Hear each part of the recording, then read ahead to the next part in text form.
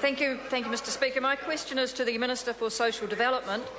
What recent announcements has the government made about providing support for beneficiaries to contribute to the Christchurch rebuild? Mr Speaker, yesterday I announced a new initiative, well actually the Prime Minister announced, but I was there as well, a new initiative called 3K to Christchurch, which will help beneficiaries find much needed work and will be able to assist with the rebuild. $3.5 million in new funding will go towards giving keen beneficiaries outside Canterbury a one-off payment of $3,000 if they have a full-time job offer in Canterbury and are ready and willing to move there. The rebuild is creating thousands of jobs in Christchurch, and unemployment there is down to 3.3%. Mr Speaker, I've just heard that we've had more than 50 inquiries already of people that are interested in taking that up. Supplementary question, Honourable Kate Wilkinson. Thank you, Mr Speaker. Supplementary to the Minister. How will the 3K to Christchurch initiative work, and will it also apply to my own Waimakariri electorate? Mr Speaker, Honourable Paula Bennett. Mr Speaker, to the second part of that question, I'm pleased to let the member for Waimakariri know that yes, it will include her area. It is the greater Canterbury region, if you like, where it goes to. We will target the 19,000 beneficiaries aged 18 to 24 with work obligations who currently live outside of Christchurch, although beneficiaries of any age can apply. The payment will help them with sorting accommodation, travel, clothing, and actually getting there.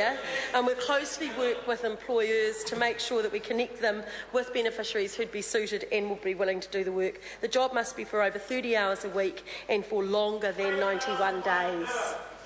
Supplementary. Supplementary question, Honourable Kate Wilkinson. Supplementary. What other support for Canterbury has she announced? Mr Speaker, Honourable Paula Bennett. While the Christchurch rebuild is going at full speed, the government recognises that some Cantabrians are still struggling with the impact of the earthquakes.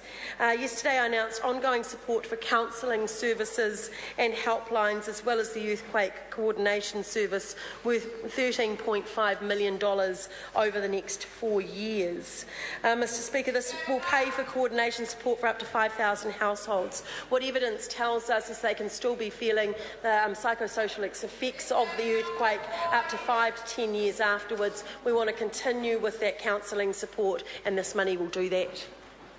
Supplementary question, Honourable Ruth Dyson. In light of the fact that there are currently 495 priority applications for Housing New Zealand homes in Christchurch, and that since the February 2011 quake, rents have risen by 34%, what provision for suitable, affordable accommodation is being made for these additional 1,000 new Canterbury residents, let alone local people?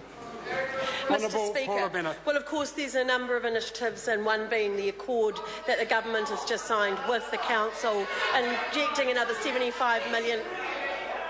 If you ask the question, so another $75 million just going into that to make sure that we can see that we're freeing up land and actually partnering with the council. But Mr Speaker, point I will make is that actually we've seen students who can make amendments. Most of these are young people, as I said. They're likely to be single. They could go into flatting situations. I know the member herself said yesterday that it's, you can see houses at anywhere from $400 to $600 a week. Well, if you took it by a room-by-room basis, actually that's about $100 and $150 a room. They can board, they can go in with relatives. They are actually pretty inventive in what they can do. Employers themselves are there to help them with their accommodation, and I just think it's a bit of a catch-22. If you don't have the workforce, you can't be building those houses. Question number 10, Grant Robertson. Thank you, Mr Speaker. My question is to the Prime Minister. Does he have confidence